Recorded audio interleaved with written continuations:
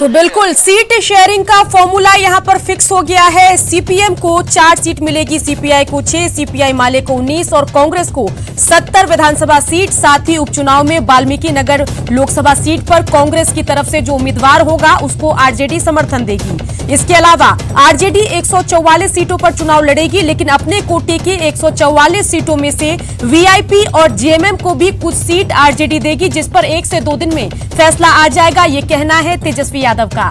तो महागठबंधन का seat sharing का फॉर्मूला सामने आ गया है। कितनी सीटें किस पार्टी को मिल रही है वो भी हम आपको दिखा रहे हैं। सीपीआई एमएल को 19 सीट मिल रही है, जैसा कि लगातार न्यूज 18 बिहार झारखंड आपको बता रहा था। सुबह से हम हेडलाइंस में चला रहे हैं कि कांग्रेस को 70 सीट मिलेगी। इसके अलावा आरजेडी 144 सीट आरजेडी के पास अभी बची है, जिसमें से वीआईपी और जेएमएम को कुछ सीटें आरजेडी देगी। तो कुल मिलाकर महागठबंधन की सीट शेयरिंग के फॉर्मूले का औपचारिक ऐलान हो गया है। महागठबंधन की प्रेस कॉन्फ्रेंस थी, जिसमें सीट शेयरिंग के फॉर्मूले का ऐलान तेजस्वी यादव ने कर दिया है। और उस फॉर्मूले के तहत किस पार्टी को कितनी सीट मिल रही है वो जरा आप देखिए। सीपीएम को 4 सीट, सीपीआई को 6 सीट, साथ ही आपको बताएं कि सीपीआई एमएल को 19 सीट मिलेगी। तो ये भी हम आपको कल से बता रहे थे कि माले पार्टी को 19 सीट मिलेगी। इसके अलावा कांग्रेस को 70 सीट देने के लिए आरजेडी तैयार हो गई है। तो कांग्रेस अड़ी थी कि कम से कम 70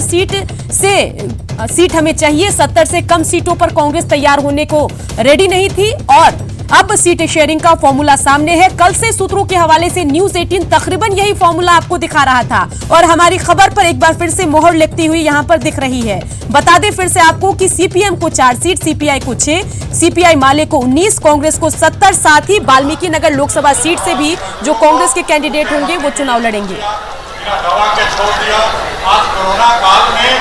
तमाम जो चिकित्सक संस्थाएं हैं वो सारे के सारे फेल हैं और एक प्राइवेट हॉस्पिटल में 4 लाख 5 लाख इलाज है। जिस गरीब की ताकत है जो वहाँ जा करके कोरोना का इलाज करा सकता है।